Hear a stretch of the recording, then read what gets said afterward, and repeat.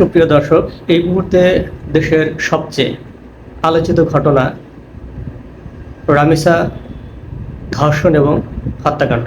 আপনারা সবাই ইতিমধ্যে অবগত হয়েছেন, 7 বছরের শিশু রামিসাকে নৃশংসভাবে ধর্ষণ এবং হত্যা করা হয়েছে, যেটি মধ্যযুগীয় বর্বরতাকেও হার মানিয়েছে।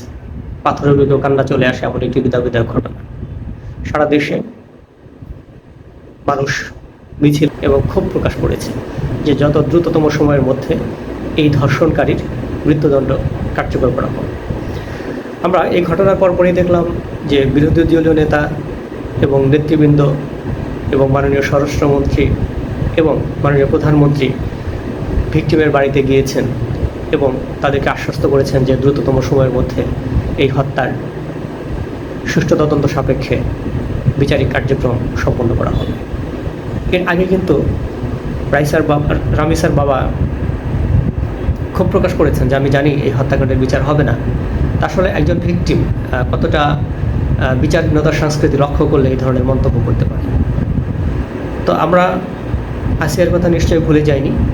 আসিয়ার যে ধর্ষণ ঘটনা ঘটেছে, লৌহমস্যক ঘটনা ছিল সেটি, এবং সেই ঘটনার পর আসামিকে গ্রেপ্তারও করা হয়েছে, তার মৃত্যুদণ্ডের রায়ও হয়েছে, কিন্তু প্রায় 1.5 বছর হয়ে গেল এই মৃত্যুদণ্ডের এখনও কার্যকারিতা দেশের মানুষ কিন্তু দেখতে পায়নি।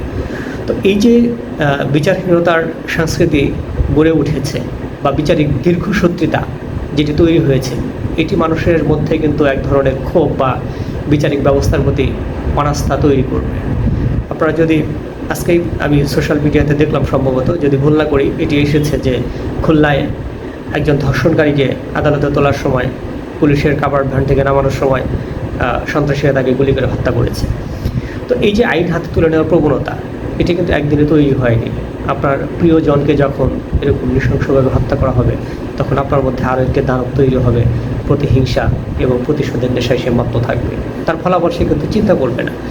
তো আমরা যদি সঠিক সময়ে সঠিক বিচারিক প্রক্রিয়া সম্পন্ন করতে না পারি, তাহলে এই ধরনের কালচার কিন্তু বাড়তেই থাকবে, কমবে না।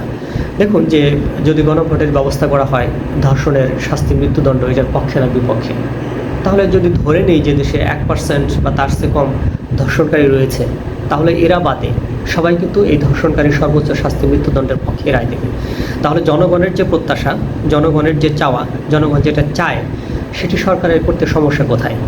এখানে জনগণ তো বলেনি যে আমাকে ঘরে ঘরে চাকরি দাও, জনগণ বলেনি যে আমার এলাকার উন্নয়ন করে দাও। জনগণ এখানে দুর্নীতির বিচারও চায়নি। তারা কী চেয়েছে? তার নিষ্পাপ কন্যা শিশু যাতে সামাজিক বেষ্টনীর মধ্যে থাকতে পারে, সামাজিক নিরাপত্তার মধ্যে থাকতে পারে, সে যেন ফুল হয়ে ফোটার আগেই ঝরে না পড়ে। তো সেই নিশ্চয়তা পাওয়ার লক্ষ্যেই এই নির্যাতনকারী, ধর্ষণকারী, হত্যাকারীর সর্বোচ্চ শাস্তি তারা সরকারের কাছে চেয়েছে। তাহলে জনগণের সরকার জনগণের প্রত্যাশা পূরণ করতে সমস্যা কোথায় আমি বুঝি না। আমরা যদি আমাদের পার্শ্ববর্তী রাষ্ট্রগুলোতে লক্ষ্য করি যে পাকিস্তানে, ইন্ডিয়াতে, চীনে, সৌদি আরব, ইরান, ইয়েমেন, বিভিন্ন রাষ্ট্রগুলোতে কিন্তু শিশু নির্যাতন এবং ধর্ষণকারী বা হত্যাকারীর মৃত্যুদণ্ড কার্যকর করা হয়। তাহলে আমরা কিসের ভয়ে বা কিসের টানে এই এই এই এই সমস্ত বিষয়গুলোকে জনগণের যে প্রত্যাশা, সেই প্রত্যাশার মূল্যায়ন করতে পারছি না। আশা করব যে সরকার নিশ্চয়ই বিষয়গুলো গুরুত্বের সাথে দেখবেন। এগুলো খুবই সেন্সিটিভ ইস্যু, এবং এইগুলোতে যদি সরকার পজিটিভ কোনো সিদ্ধান্ত নেয়, তাহলে সেটি জনগণের ভালোবাসা এবং জনগণের বাহবা পাবে, তারা তিরস্কার পাবে না। তো সুতরাং মানুষের এই আবেগ এবং বাস্তবতা পর্যবেক্ষণ করে এই ধরনের অপরাধ সমাজ থেকে নির্মূল করার লক্ষ্যে সর্বোচ্চ শাস্তি মৃত্যুদণ্ড কার্যকরের মধ্য দিয়ে এই শিশু নির্যাতন বন্ধ করার জন্য সরকার অবশ্যই শক্ত পদক্ষেপ গ্রহণ করবে, সেই প্রত্যাশা রাখছি।